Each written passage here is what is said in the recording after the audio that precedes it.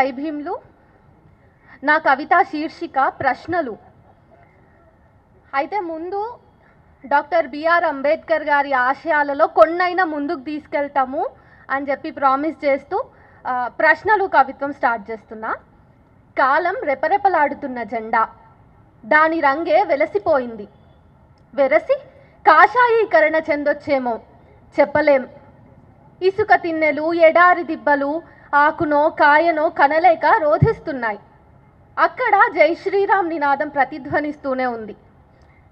ఇప్పుడు గర్భగుడులు శూన్యపు రెక్కలు విస్తరిస్తూ ఖాళీతనాన్ని ప్రకటించుకుంటున్నాయి.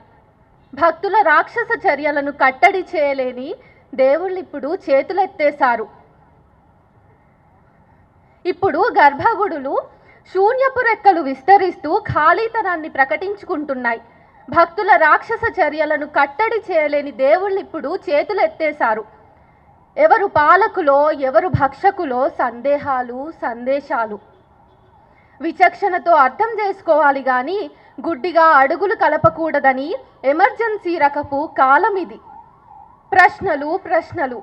భవిష్యత్ తరానికి అస్థిపంజరాల డబ్బాలో బోల్డన్ని ప్రశ్నలు. అవి ఈరోజు రేపు ఎప్పటికీ సమిసిపోవు.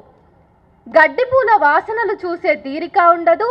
చెలరేగుతున్న మంటల సమాజంలో మతాలు ఆజ్యంగా నిలుస్తూ ఉంటే రైటిస్టులు లెఫ్టిస్టుల పుంకాల ఉపన్యాసాల మధ్య, టీవీ ఛానళ్లలో వాదోపవాదాల మధ్య నిజాలో అబద్ధాలో బేరీజు వేయలేని మా యువత గందరగోళంలో నెత్తులు బరుక్కుంటుంది. ఇప్పుడు అసలైన మేధావులు కూడా నిగ్గదేల్చలేక చేతులెత్తేసినప్పుడు, ధైర్యం మనిషై గొంతు విప్పిన వాళ్లను జైలు గోడల లోపలే సమాధి చేస్తున్నప్పుడు, నిజం నోరు దాటే లోపే బుల్డోజర్ నీ ఇంటి నెత్తి మీదకు ఎక్కుపెట్టి ఉంటుంది.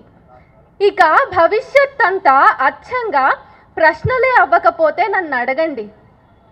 పదవి కోసమో పైకం కోసమో కార్పొరేట్ కుక్కల ప్రసన్నం కోసమో ప్రాణాలు తీసే మానాలు తీసే కులము మతము రాజ్యపు స్వభావాలైన దేశంలో నాలాంటి యువత ప్రాణాలు పూచీకత్తు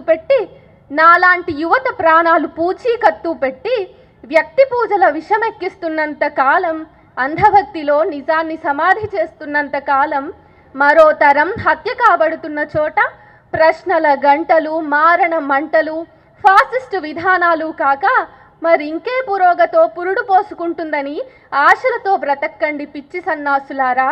థ్యాంక్ యూ.